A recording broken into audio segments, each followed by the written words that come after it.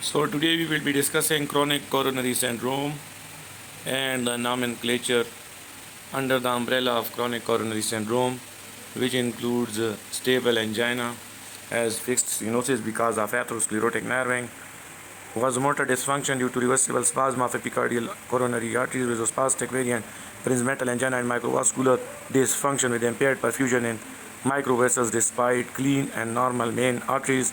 It is a cardiac syndrome X in clinical manifestation. So the overall thing range from fixed to dynamic obstruction to small vessel obstruction. Stable chronic angina is a chest pain that is predictable, produced by exertion and relieved by rest. Also, cold and stress can precipitate the stable angina, its ischemic cycle, and when the patient rests down or puts a nitroglycerin tablet below the tongue, he gets relief. Although nitroglycerin use is not strongly correlated with the diagnosis of chronic stable angina. The vasospastic spectrum is variant is prinzmetal is vasospastic angina, that is transient reversible spasm of epicardial coronary with or without underlying atherosclerosis, temporary ischemia at rest, and especially the episodes occur at night or in the early morning. Transient STT changes. There are no major attacks. It resolves with treatment easily.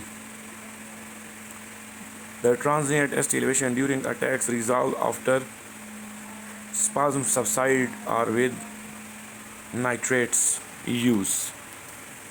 The microvascular angina or syndrome X is microvascular dysfunction with clear and normal epicardial coronaries with significant obstructive disease in with no significant obstructive disease in major epicardial coronary arteries, and objective ischemia is present on stress testing despite normal coronary angiography. Highly common in women, microvascular angina or syndrome X. So this is the master diagnostic matrix: stable angina, fixed vasospasm or prinzmetal epicardial spasm, microvascular dysfunction in microvascular syndrome X. Stable angina is precipitated by exertion, stress, and cold, while vasospasm is at rest at night and in the early morning, also called nocturnal angina. Microvascular syndrome X can occur on exertion or stress. In a stable angina, there is obstruction. In vasospastic angina or prinzmetal, there is a reversible spasm, and in microvascular dysfunction, there is normal big coronary arteries with small vessel issues. Nitrates relieve the stable angina, while spasm is relieved in vasospastic angina.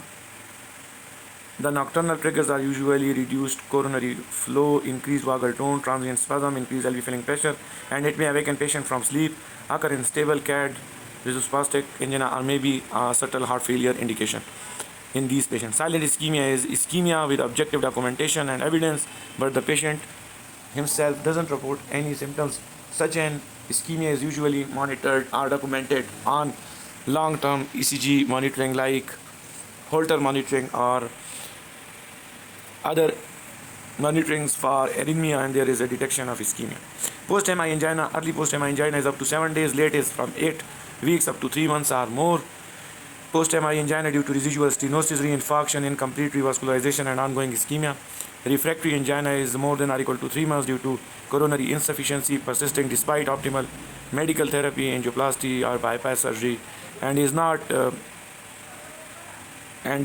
treatable, or it was indicated that PCI or cabbage was not successful or it failed, then the refractory angina comes in, and it is treated with other modalities like enhanced external counterpulsation and non-conventional therapies. So this is the overall spectrum of the angina, which may be from stable effort-induced angina dyspnea to asymptomatic individuals with detected coronary artery disease or ischemia. There may be angina more than 1 year after MI or revascularization, angina with suspected vasospastic or microvascular disease, new onset heart failure or LV dysfunction may be suspected ischemia, and stabilized symptoms within 1 year may also be there. This is the overall spectrum of stable angina, variant prinzmetal or vasospastic angina, syndrome X, nocturnal angina, post-MI angina, silent ischemia, and refractory angina. So these are the different types in naming of this one syndrome, and that's all for today. Thank you.